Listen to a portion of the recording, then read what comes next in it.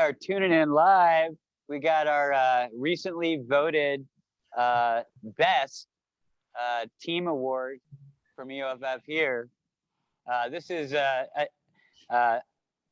creative team, Vanishing Angle, company in LA that I have grown to admire over the years. A lot of our local audience have watched many projects that they've been involved with or a piece of over the course of our history. I think the first film that we probably shared with our audience related to these cool cats must have been back in, well, let's see, Notes on Biology, Animation, or Nana stuff.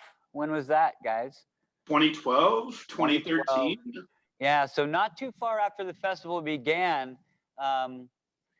Ian Clark, our previous director of programming, had brought some of these team members in, and we've since, as a community, watched, a really great arc of not only creative material but professional development, artistic development, and from my point of view, and this is why I wanted to get this together, is I really saw an incredible story about the work behind a synchronized team, a group of creatives that can come together and really kind of just blast through some of the hurdles or ideas that kept the industry or the art in a space. So that's why I have these wonderful people, Matt Miller, Natalie Metzger. Ben, thank you for joining us today at the film festival. Thank you for having us. Yeah. I want to be up there in LeGrand with y'all. I would love to have you here very much. I think our community would love to have you here. That's been one of the challenges, is how do we recreate that kind of intimate connection that our audience has made with filmmakers over the year, and what I think has been a strong suit of ours is breaking down kind of the barriers of the professional side, so much that you're really with a bunch of really cool humans looking at your film with those humans in a very kind of neutral and open, caring way, and that seems to be the sentiment. So it hurts me that we can't share in that kind of notion, but we're doing our darndest to do something, to grab some essence, and so I am really honored to have you. So I first want to remind folks that Immortal is a short film by Natalie in this block, but also you'll find it in the shorts selection of the whole festival. So we're going to touch on that a little bit with the film. We're not quite sure who's seen it all yet and when they see it, etc. So we can definitely, if you're looking for more information on that film, tune in to this now or later. And then I really just want to talk about kind of the journey for all of these creatives and give them a chance to speak about that journey for a bit and share that with us and the audience. I do want to say real quick, in the chat, there should be a link, I believe, in the chat window that would take you to vanishingangle.com. Is that correct? It's a .com? Yep. Yeah, so vanishingangle.com is their company website. It's wonderful to go there. You're met with an incredible demo reel, essentially, or I guess sizzle reel of the incredible work over the years that this company has been diligent at putting out. So, if you want to just kind of get caught up into what type of minds we're working with, blast through that reel and then come talk to us. Just kidding. So, on that note, Natalie, let's start with you. Why don't you give us a little background about yourself, how you got, wrapped up with this group, and then tell us about Immortal and the journey there for you. Sure. Yeah. So my background is in the theater and dance world. I have a master's in choreography, and I was making work for the stage, for live theater. I was doing these like weird, experimental, immersive physical theater pieces. And I started to get frustrated with the limited audience of live theater. You kind of put in the same amount of time as you would for a short film. You put in months of rehearsals and prep and getting everything together, but then you put it up, and it's usually only people within a 20-mile radius of the theater are going to come see it, and it's only up for a few weekends, or at most maybe a couple months. And there was something that I was like, I want a bigger audience. I want to be able to access more people. And so I started filming my choreography. I just bought a DSLR camera and just started taking my dancers to weird places, and just creating these things. And I had taken an editing class in college, and so I just started editing those things together. And just for fun, like while I was earning my master's in choreography. And I submitted those to different festivals, and they started to get like some awards and some attention. And I was like, oh, that's cool. Like I'll continue, making those. That's fun. And it was a really quick jump from the kind of dance film world to commercials and music videos. They're very similar in terms of, cool music with like interesting, stunning visuals, that kind of thing. And so I started doing a lot of commercials and music videos, and then started getting more into narrative stuff. And so I started doing short films. And yeah, it just kind of like continued and snowballed. And I stopped doing the stage stuff and just started focusing full time on film stuff. And it was right around the time that I made a feature documentary called Special Blood. And I was doing, starting to do festivals with that film. And that's actually where I met Matt Miller. I was at the Hollywood Film Festival. Vanishing Angle had 2 features at that festival. It was the Dramatics Matt, right? And Amira and Sam, I think. And yeah, and so we met at, oh yeah, that's the poster for Amira and Sam. And so, yeah, I met him at like one of the filmmaker networking like lounge things. And he was like, oh, you're a producer, like, you should come talk with us. We're always like looking for new people. And so I just kind of stayed in touch with him, and he brought me in to start producing some small things, like some pilots and some like some commercials and stuff. And then I just kind of, once I started working at Vanishing Angle, it's like one of those things that once you get into the Vanishing Angle orbit, it's like you never leave. You like join a cult. Gotta keep bailing out the boat. So I was like, yeah, I'm just freelancing. And I kept on telling people that, but like I was kind of at the Vanishing Angle offices all the time, because it was just like back-to-back projects. I would finish one project, and then Matt would be like, great, there's this new project. And Matt was actually who introduced me to Jim and Ben. And so that's how I met Jim Cummings. He got commissioned to do this series with Full Screen. And so Matt paired me up with him for that. And then that's how I got to meet Ben.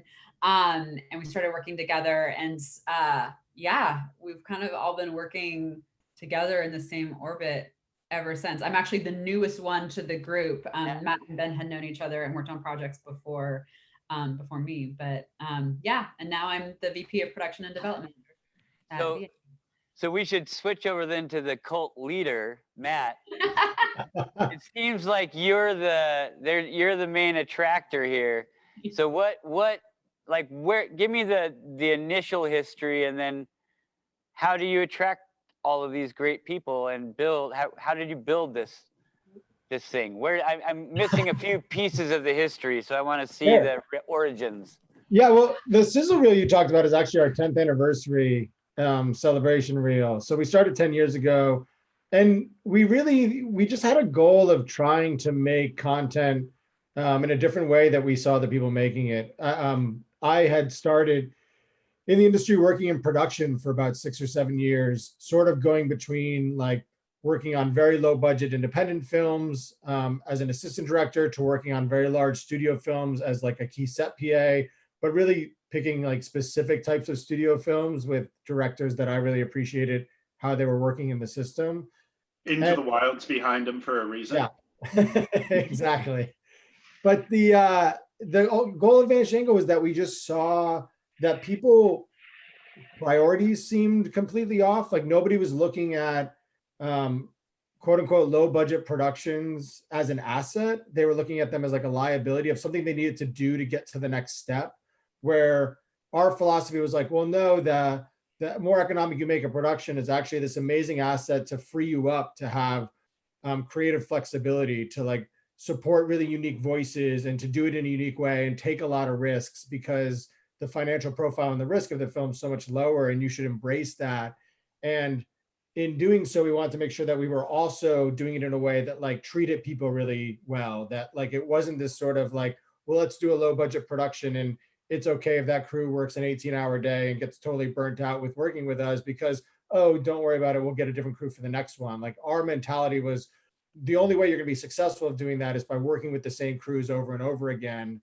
And you have to find an ecosystem to make that work. And so, early on, one of the things we started almost right away was doing these sort of multiple styles of productions for various revenue streams. So like straight out of the gate, like we were doing branded content and we were doing, online social content for different companies or brands, while at the same time doing short films or, doing digital series for some of the new OTT platforms. Like we did, one of YouTube Red first shows, and like one of the early shows at like Full Screen, which Natalie mentioned, in Topic, and all these sort of companies that were popping up at the time.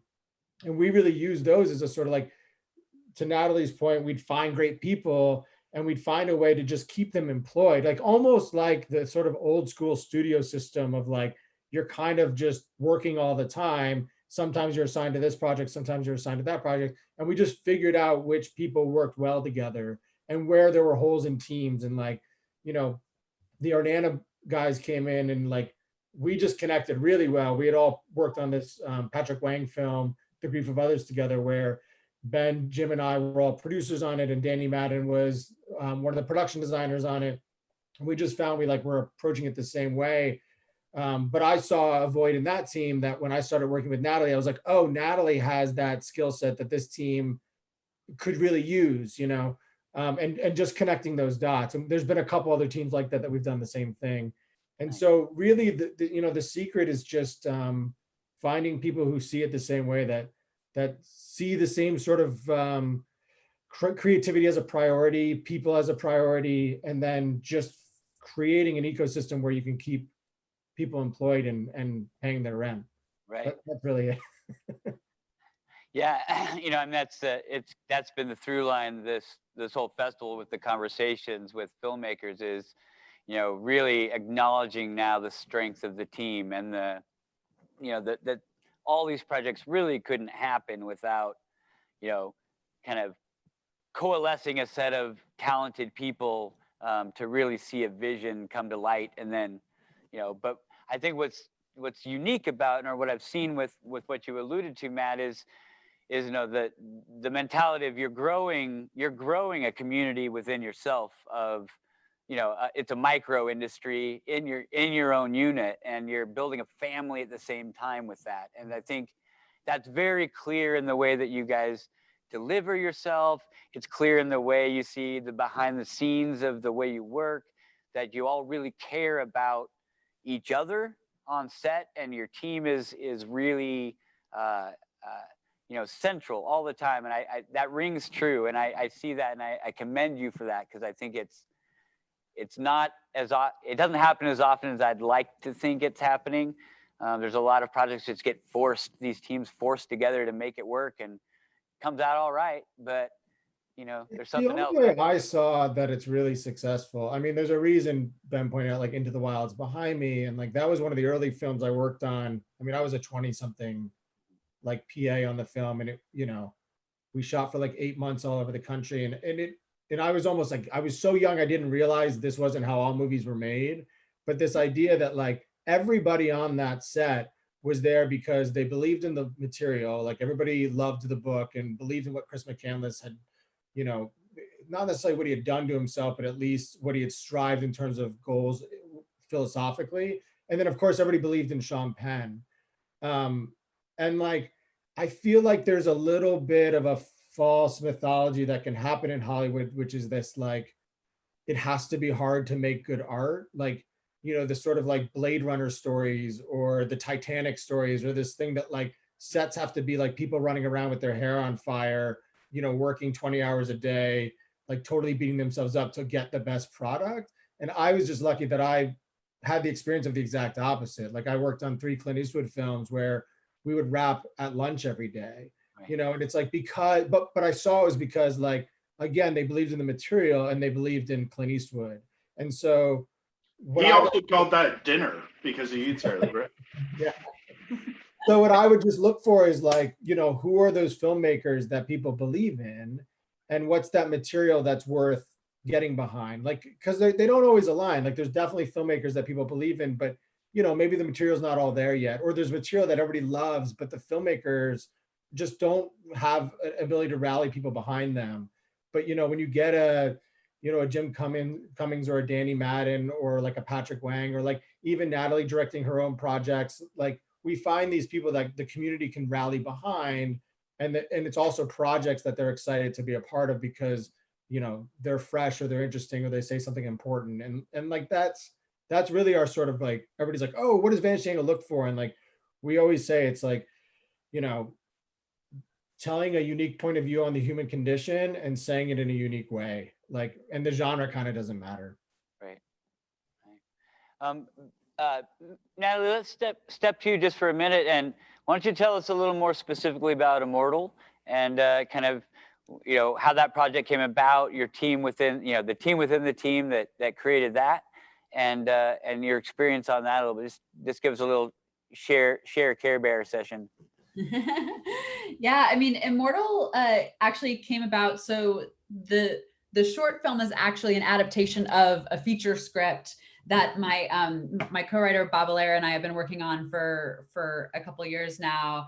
And the feature had gone through so many iterations and changes, and we were like, let's just do something to see if this basic idea works, this like basic idea that, these characters. And so the feature is very big. It's like set in the bayou and is this like crazy thriller and like has a lot of big things happen that would not be feasible for a low budget short that we were self-financing. So we were like, okay, like, what if we actually just changed the genre, changed the storyline, and just like wrote a story around these 2 characters. And so that's what we did. So we essentially took 2 of the characters from the feature and like the base idea, and then like wrote something that was very contained that we knew that we would be able to shoot. And so that's how the Immortal short came about. And we shot it over the course of a day and a half at this house in Pasadena. And Matt first AD'd as well as produced. And and it was a lot of fun to make, and very crazy, having the mice on set and like trying to figure out the algae and whatnot. But yeah, so we made that, and we were really happy with how it turned out. And now the goal is to get the feature script made. So that's what we're working on, getting everything together to hopefully get up for next year. Sure, that's great. Ben, you're doing, your title is distribution sales or something in that realm, right? You're working on that end primarily? Yeah, so most of my job is still producing, but then one of the things that we found from very early on was, even with the Ornana days, it was, if we can get $800 from Sweden on a short film, we can make another short film. Right. If we just keep kind of rolling that forward.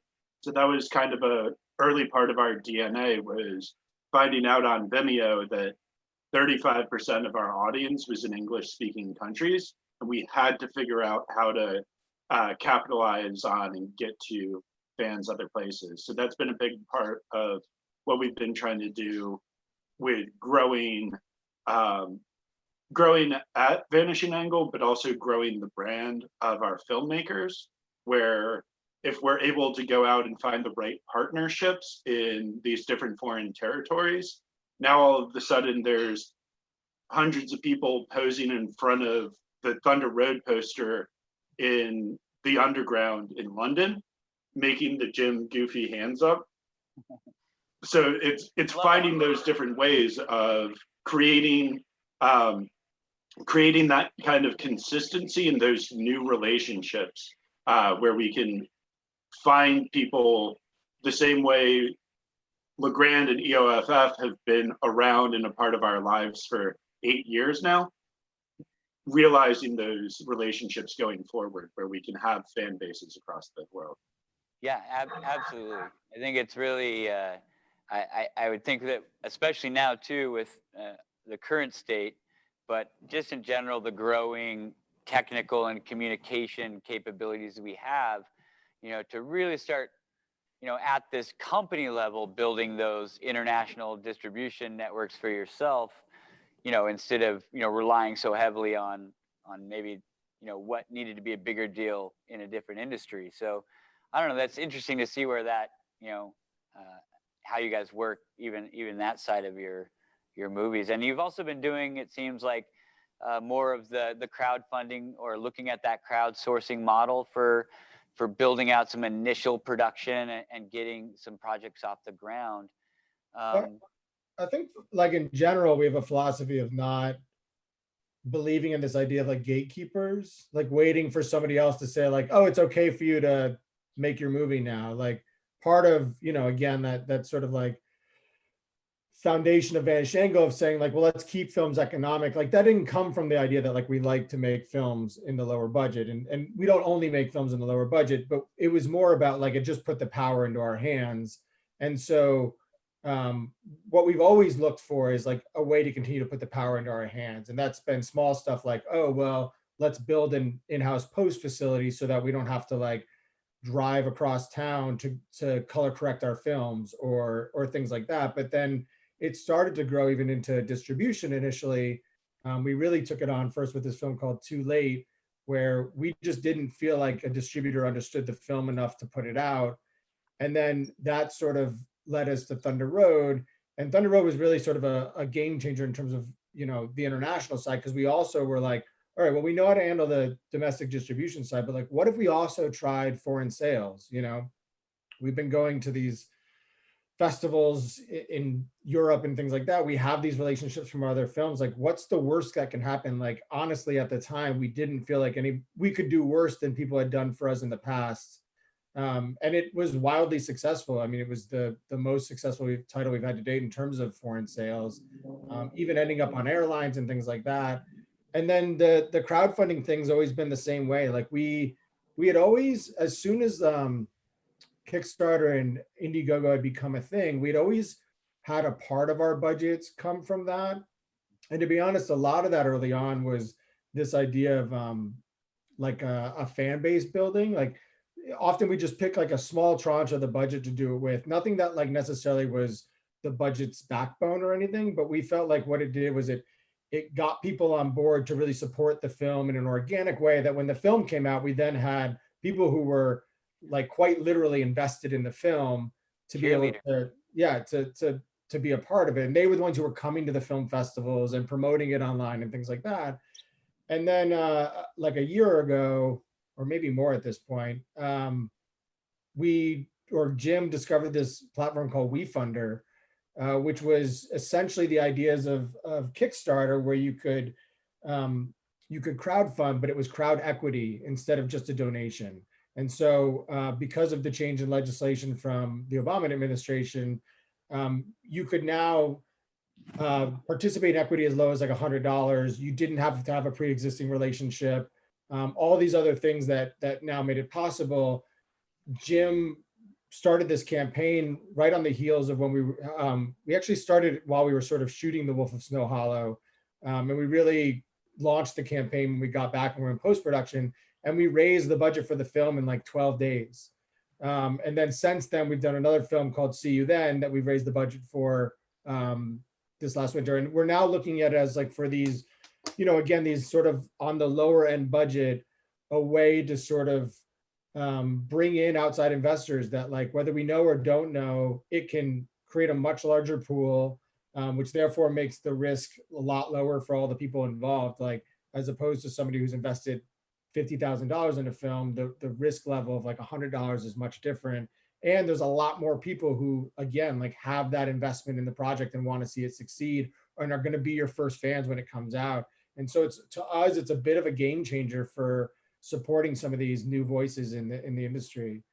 So we're really promoting it as a way for filmmakers to just get out there, and like, if anybody has questions about how to use WeFunder, how we used it, like, please reach out to us, because we're happy to help connect you with them or give you the advice of what we've learned, because it's really important for people. That's great, and I'm sure there's lots of filmmakers and people that might take you up on that offer.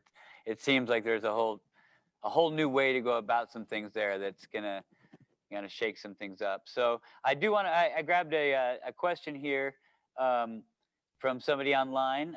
Nicholas says, or asks, if he had a script or a unique project, how would they get this to you? And I think this leads to something I referenced earlier. Is you seem to have this kind of neat shorts to feature funnel project going on, and maybe you could talk about that a little bit, and how this person might submit something to you. So on that side, we started in 2018 the Short to Feature Lab, which came out of a lot of our projects had never gotten into any of these different developmental labs, and we thought that they were incredible opportunities, and we were hearing about them from a lot of different friends. And then we were thinking about how to expand how many of those opportunities there are, and what we could do to become a part of that solution. So it kind of just happened on a couple of phone calls at first, and we were like, well, it's just tossing up a film freeway right now. Let's see if there's an interest. And the first year we got in like 400 different submissions from around the world.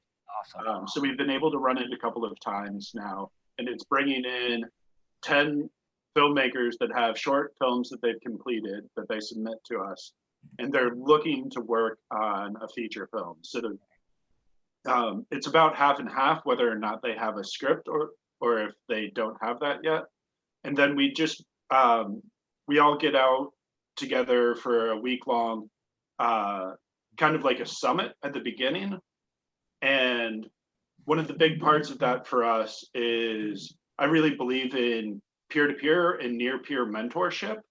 And I think that's a really great opportunity that these 10 people now are coming up together, very much in the same way that we had a little bit of that opportunity with the 25 New Faces of Indie Film, which is how we met Ian Clark, who introduced us to EOFF, but it's also how we met Patrick Wang, who we ended up working with and introduced us to Vanishing Angle. So how important those relationships can be, especially at the beginning of careers.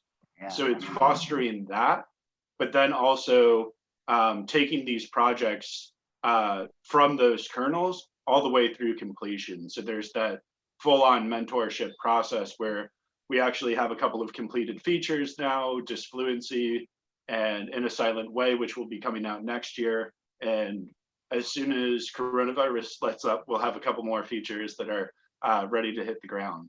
But one of the other programs that we started this year, which I'd love to talk about as well as team, is when we sat down with our little executive group at the end of last year, the first thing that came up in terms of goals for 2020 was starting a post grant for short films. That's that's just a great resource in general. So is that available? Is that something that you can apply at now? And this would essentially go from, we shot most of it, or we've shot it, it's in the can, now help us make it look better than we shot it, or grow, build on the images through post and help us complete it? Yeah, it's an annual grant. So we just wrapped up this year's, but we'll be opening it up again next year. And you can apply through Film Freeway. And essentially the idea is that, it's like for shorts that have been shot already, they're completed, but they don't have to be in a fully, picture locked form. They can be in like a rough cut or fine cut. And yeah, we just offer help throughout the kind of post-production process, and then also in getting it kind of out into the world. And so we have an in-house colorist that can provide color. We also provide feedback on the cut if it's not at picture lock. And then also connecting, the filmmakers with composers that we like working with, and coordinating discounts with different music libraries, and sound designers, kind of all the finishing elements. And then we can make DCPs for the filmmakers as they start getting it out to festivals, and kind of help advise them on their festival journey, and kind of the life of the film after the festivals, of like when to post it and how to post it, and how to get it out into the world. That's incredible. On that note, real quick, you mentioned making DCP for filmmakers. In that package that will arrive at your office, we found in the closet, and I'm mostly responsible for not returning, Thunder Road feature, I think, on DCP hard drive. So you'll probably even the Pelican case, which is probably more valuable ultimately. But I think that all made it back to you as well. So good. That's probably my fault that we didn't track that you still had that. No, it's totally us. It's the end of the festival closet, and then we just wait to see what rattles loud and who we need to follow up with, and we're like, we'll find it next year. So that took like 10 years or what, 4. I think it was the feature. It might be the short, probably feature. Anyway, I want to.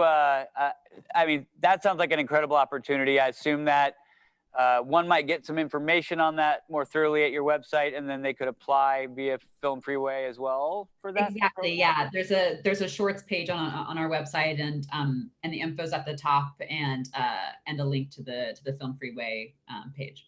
Okay, great. I think we thoroughly answered that question for this guy. Nancy, so how do shorts like Immortal contribute to the creative development and marketing of feature films? How does the short Immortal contribute to the creative development and marketing of maybe its feature film, or maybe the?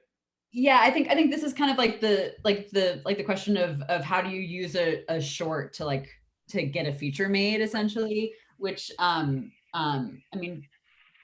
can speak to this as well, but we have found that with a lot of our films, Thunder Road started as a short, and then we made it into a feature. Greener Grass Behind You started as a short and got made into a feature. Yeah, these two things. And we've seen that, and then obviously in the short to feature lab, that's also become expanded into, a whole program where we've seen this.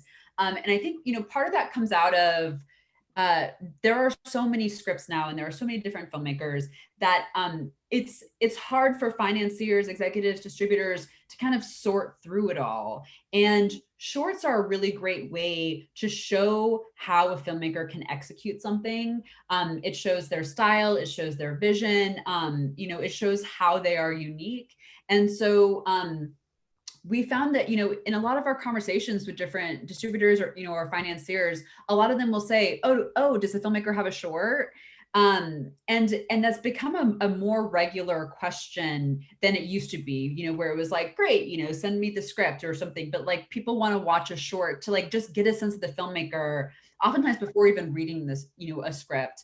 And so, yeah, we've seen success with that, with that model of kind of using the short as a proof of concept for the feature, to show to financiers, but also, to help develop an audience for the feature. And so it's you kind of can know where you're going with that feature and how to show who's kind of going to be fans of it. Sure. Ben, I don't know if you want to add anything to that. Yeah, and that's part of it, is using that launch and that wave, which when Krista, which was a short film that played at South by Southwest and won a couple of awards, that night we stayed up all night, launched a Kickstarter, launched the short film online the next day, and suddenly we had the momentum and were able to make that into Beast that was at Sundance this year. But I think the other thing that's been helpful for, I know the 2 films behind Natalie, but then also a couple of the films that we have completed from the short to feature lab, where the tone is so unique and it's so particular to this filmmaker, and showing it working is just something that really gives you that opportunity to take the risk that makes the feature great. You have this proof in the concept. Right.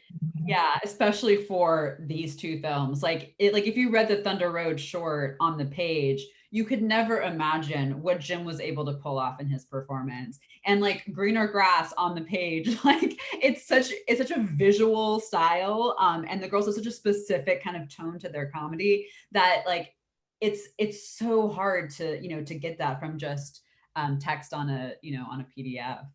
One of our short to feature ones that got completed is a mockumentary about a 23-year-old jazz guitarist.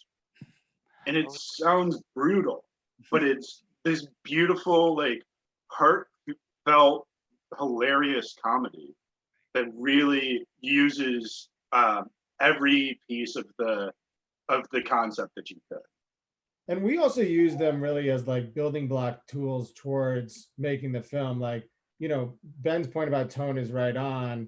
And I think the other thing for us is that like we've often used shorts to develop the team to execute the feature. Like this idea of making things that are economic and efficient, instead of trying to say like, oh, okay, we need to fit a filmmaker into this budget. What we can do is say like, well, this is the fiscally responsible budget, but how do we prioritize within that budget what's going to fit that filmmaker so they're set up for success? And we know that from doing a short with them. Like, even doing the short of Immortal with Natalie, like I now know as a producer, Natalie needs a lot of production design. Like that's who she is. Like it's really important to her, especially telling this story. So when crafting the budget with her to do the feature, we know that that production design line needs to be very heavy. And that might be different than something else. Like, Jim wants to work very quick on set. And so like, he may need more time in post-production or whatever it is. Like we just sort of figure that out as we go. Which is a really important tool. And then like to Ben's point, the communication of the idea to the team.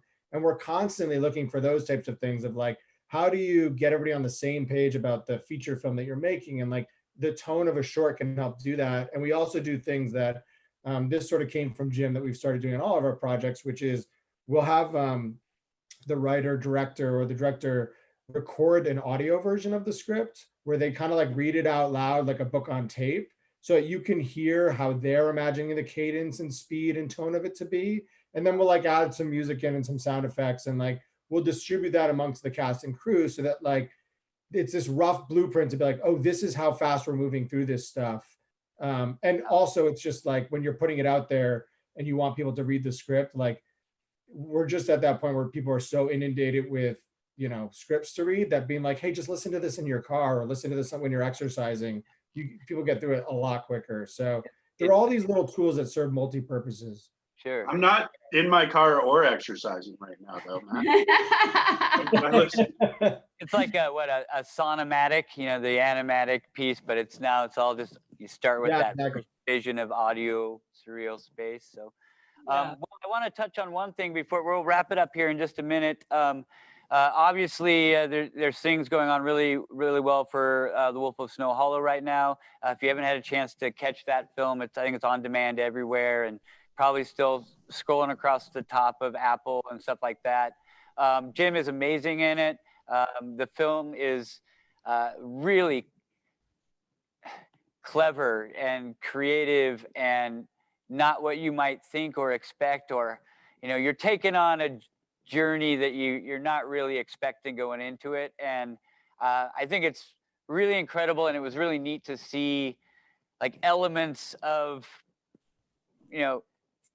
techniques or ideas I'd seen kind of sprinkled throughout the years of the creative work that's come out of you guys to solidify there. And is that your first studio film at this point? Is that your first as a group? Or technically our second one. We did it with MGM Orion, and we had done like we'd done another film with them that was done for an online platform. So this was really our second one, and we've actually since then done another one with the studio Ubisoft, another werewolf movie that's totally different, but same team, Ben, Natalie, and myself. That's a werewolf horror comedy. So we are, we've always sort of looked at Vanishing Angle as these phases, and like phase one was sort of like short films and building our filmmaker pool. Phase two was sort of first features and really being able to say like, this is the voice of this person, introducing it to an audience. And phase three is sort of setting them up to have a more, commercial exposure, but all along the way, never actually like moving on to a next phase, just building on top of it. So we're still doing the short films to meet new voices. We're still doing first time features. We've got Mari Walker's first feature, See You Then, which we shot in January, and then now we're taking a lot of those first features and setting them up for bigger things. So all the time, like we're still using it to keep doing more and never sort of forgetting that those early seeds of filmmakers and ideas are important, and Right. we have to keep fostering that. Awesome. I want to, before I forget personally, there is a couple more questions that are going to maybe show up on the feed and throughout the weekend.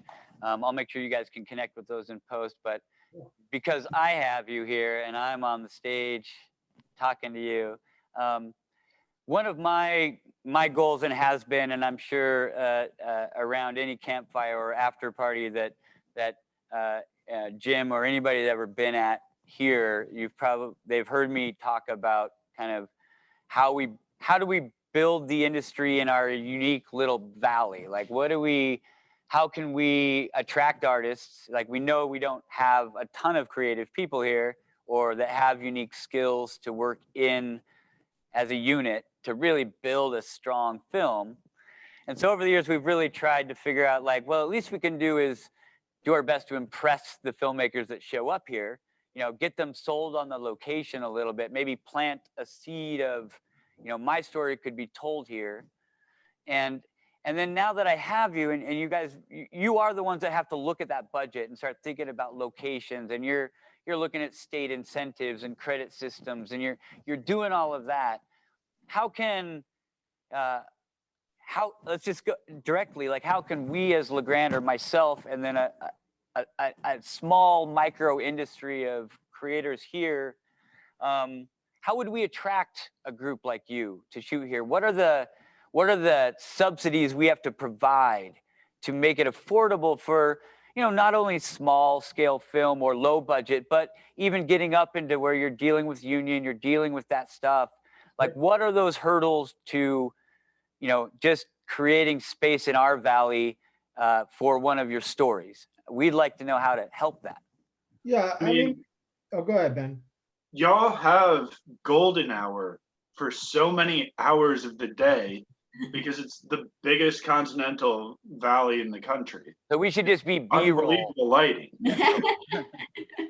Just tell him the big gaffer in the sky has it. Yeah, there's 4 microclimates within 40 minutes. So, you can really tell a variety of stories or pass time or do all of that you have to do within us. And we get that. And, you can just come hike through the Elkhorns and you'll get sold on the variation. But there's legitimate hurdles regarding travel, accommodations.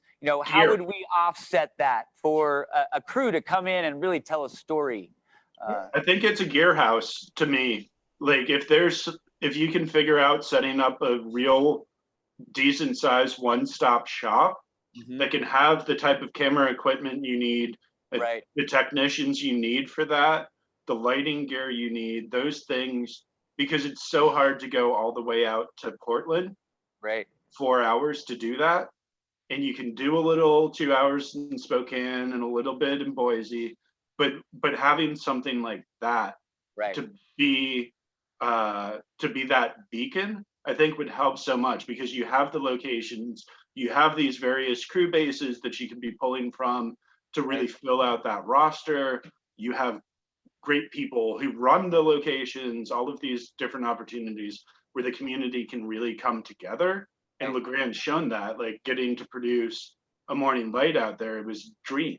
Like we're trading kombucha for fresh vegetables at the farmers. That's where we can make up, right? There's a value added in terms of like, we will take care of you. We really want to build that relationship, but then we want to build it solidly too. We want to build a real foundation to support, independent filmmakers moving forward. And part of our festival mission moving forward is, not only growing into a historic theater and having a great screen and growing our partnership with EOU and really having the space finally to attract a regional, a destination event audience, where we can really get some tourism coming in. and really give, all those filmmakers the audience they need. Look at Syracuse and what that university has done with American High School and that production company and the resources that they now have for other things to come in and shoot there. I think that that's a really good, like, more apples to apples type thing in terms of the model. Yeah. And I was going to say, I think like one of the most important things is fostering the talent that does exist there, because that to us is like always the reason to go to a place, is because it's like, it's driven by the filmmakers. Like a great example of how that can sort of feed a community is like, we were working with Danny Madden on Beast, and he absolutely had to shoot it in Peachtree City, Georgia. Like it's where he grew up. He was going to bring it there. And the result of that movie having to be done there ultimately brought greener grass there too, because they were shooting at the same time. Like for economic reasons, we needed to put them together. And then when the filmmakers from greener grass saw what Peachtree City looked like, they were like, oh, we can't shoot it anywhere else. It's got people driving around in golf carts. Like that's perfect. And so I think it's like, if you curate, like if you really focus on your core group there and really foster their projects and them, like, and they may grow and move on, but like they'll bring back work and they'll attract other people to come back with them. And like, I think that's, obviously we can talk about film incentives and things like that. And like, that's always going to be a factor, but you know that, and there's nothing more we can say that other people haven't said. Having low floors for that is really important. And I think that's where different places can be really competitive and start building those long-term relationships, is if for $140,000, you can start getting some of that money back. Right. That's when you can build with a filmmaker that's going to want to come back and make 5 films there instead of just one. Well, I'm getting the old wrapper up signal. I want to say thank you to all of you for joining in my kind of EOF Team Spirit Award conversation style. I'm really impressed with this team. Please check out their sizzle reel. Check out The Wolf online. I am really bummed. We worked really hard to try to make that happen at our drive-in right before the date. So, but that's great. You should go spend your money on it. Enjoy the heck out of it, or don't. Write about it. Tweet about it. Jim will tweet back at you, I bet, about it. Go. Thank you, Matt. Thank you, Ben. Thank you, Natalie. It was a pleasure. We'll talk again soon. Thank you so much. Goodbye, Grand. Miss y'all. Thank you.